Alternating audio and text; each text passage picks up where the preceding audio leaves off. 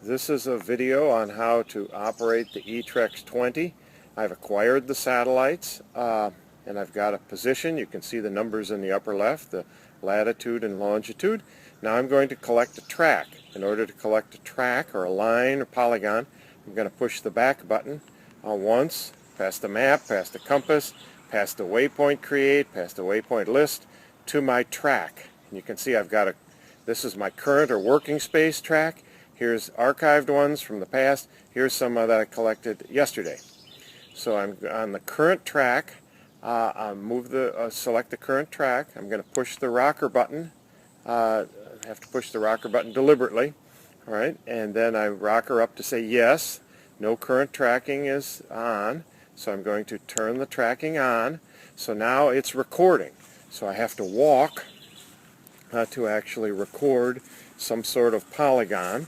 And I'm walking now, and while I'm walking I could be looking at other screens, the map screen for example, to watch my little cursor moving along. Instead I'm just staying on this particular screen.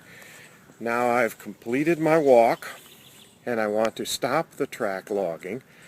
So at this point what I'm going to do is push the rocker button, and it says, what do you want to do? Save.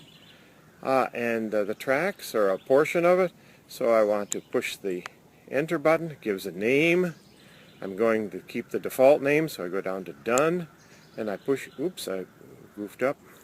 So I'm down to done, and I push, okay, now it's saved it. Now do you wish to clear the current track? Yes, I want to clear my workspace so I can do another one. So I say yes. Okay, so now I'm recording another track. So I can record another line or polygon. I could walk as far as I'd like, and here I'm walking just a few steps so we could see another line. Okay, so now I'm going to push the rocker button, and I can save this track, and I rocker up to the save track, push enter. There's a name, gives me a new default name. Move down to the done at the bottom here.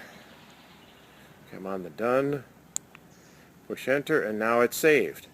Okay, so now in order to stop the recording, say you're done at the end of the day, what I'm going to do is you have to push the menu, the back button to get to the track list. I'm going to push the menu button twice, all right, to get to the main menu, and I have to rocker to the word setup. Pushing enter on setup, then I rocker to the word tracks. I push enter on that, and at the top here it says record and do not show. Okay, so I'm going to push the rocker button on that, move up to do not record, and push enter. So now and then I push the back several times to get back to my current. So I turn that off, turn the track recording off. Now the thing to get ready for the next track, so that's very useful, is on at this current track. I could push the rocker button at this point, and I could erase the material. Let's see. Let's go down to it. Clear the current track. So I cleared my desk essentially from that for the next track that I might want to record next time I turn it on. So it's clear when I operate it. Next.